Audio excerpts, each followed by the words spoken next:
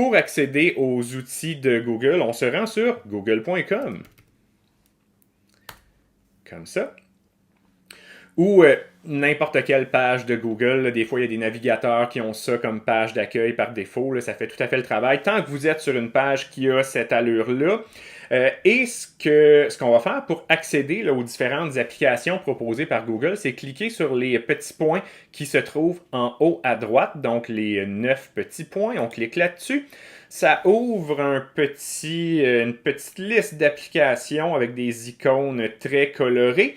Les applications qui vont nous intéresser plus spécifiquement durant la session, donc dans ce cours-ci, ce sont les applications Docs, dont on va parler aujourd'hui, qui se veut là, un concurrent à Word, Sheets, qui se veut un concurrent à Excel, et Slides, qui se veut un concurrent à PowerPoint.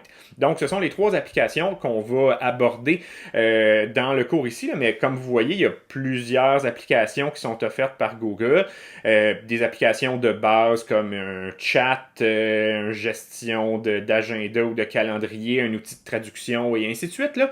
Mais nous, on va plus s'intéresser aux applications bureautiques.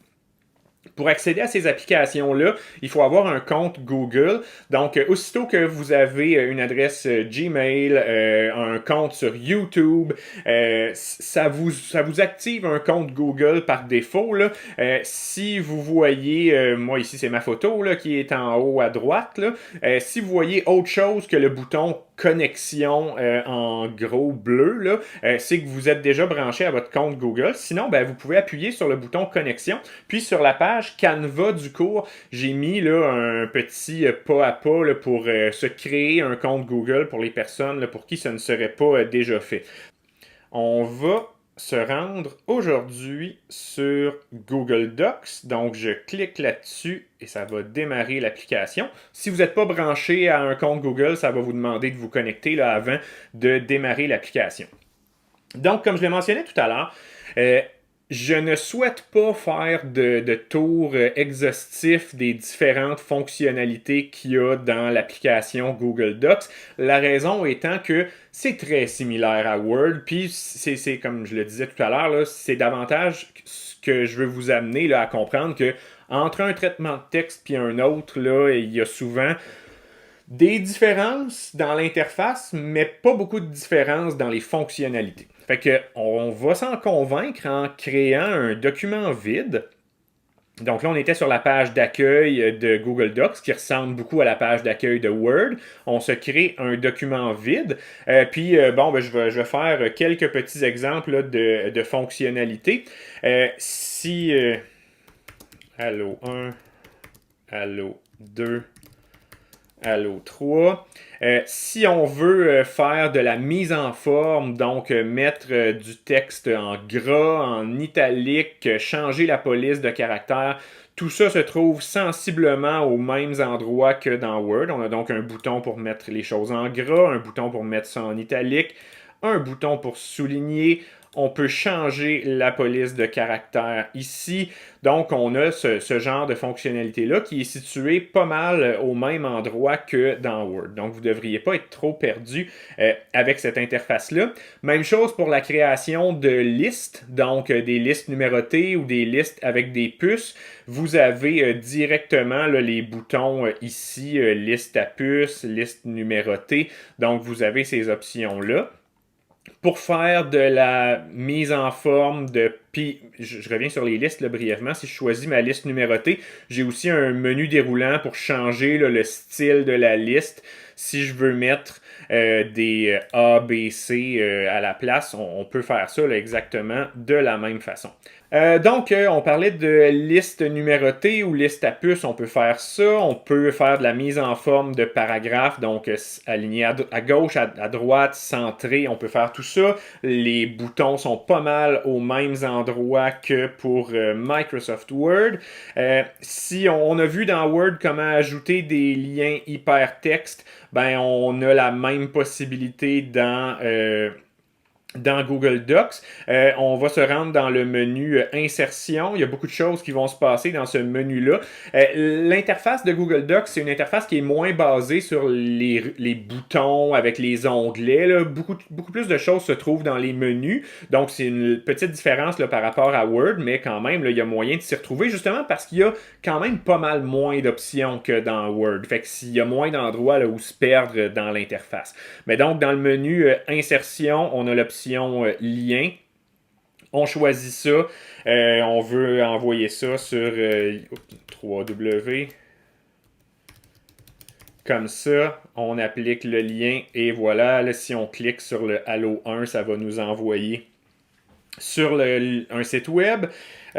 Donc, on a ces différentes options-là. Si on souhaite faire des en-têtes, des pieds de page, de la pagination. De nouveau, tout ça se passe dans le menu Insertion. On a un bouton en-tête et pied de page pour créer nos en-têtes, créer nos pieds de page. On a un bouton numéro de page avec différentes options de positionnement, puis on peut même raffiner tout ça. Donc, on a le même genre d'options que dans Microsoft Word avec potentiellement moins de fonctionnalités là, ou moins de possibilités de raffinement, mais les utilisations de base là, sont très bien gérées.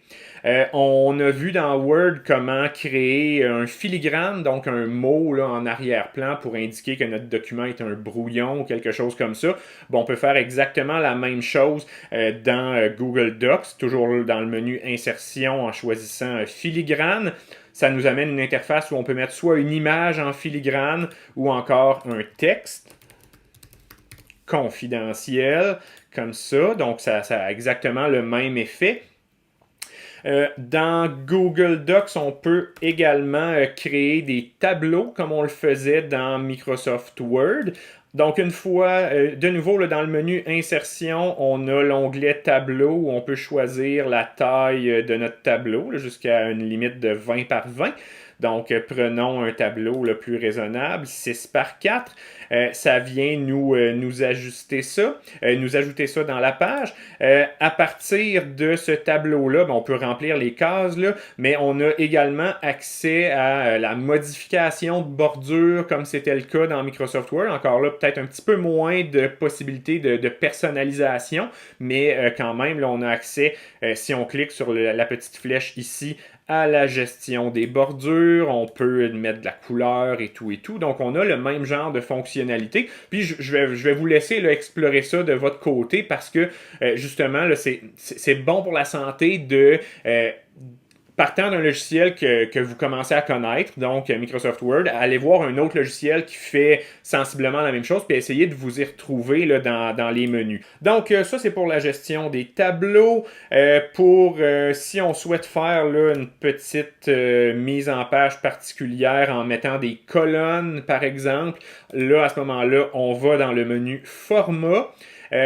Et on va choisir colonne, 2 colonnes, 3 colonnes ou d'autres options. C'est dans ce menu-ci là, également qu'on va pouvoir gérer l'espacement entre les lignes et les paragraphes. Donc, vous voyez les options, toutes les options de base de mise en forme et de création d'objets qu'on a vu dans Word se retrouvent dans Google Docs. Pas exactement au même endroit, mais la plupart du temps, l'interface est très intuitive et l'enjeu, c'est de savoir quelles sont les fonctionnalités disponibles et après ça, ces fonctionnalités-là vont avoir le même nom dans Word que dans Google Docs ou d'autres logiciels de traitement de texte. Je vous donne un exemple. Vous savez créer des tableaux dans Word, vous n'aurez pas de difficulté à créer des tableaux dans Google Docs, mais à la base, l'enjeu, c'était de savoir que c'est possible de créer des tableaux et comment le faire une fois dans un des logiciels. Puis après ça, ça devrait bien aller, là, pas mal, peu importe le logiciel de traitement de texte que vous allez utiliser. Donc ça, c'est pour les similitudes qu'il y a entre Google Docs et Microsoft Word. Donc les côtés fonctionnalité, c'est très similaire.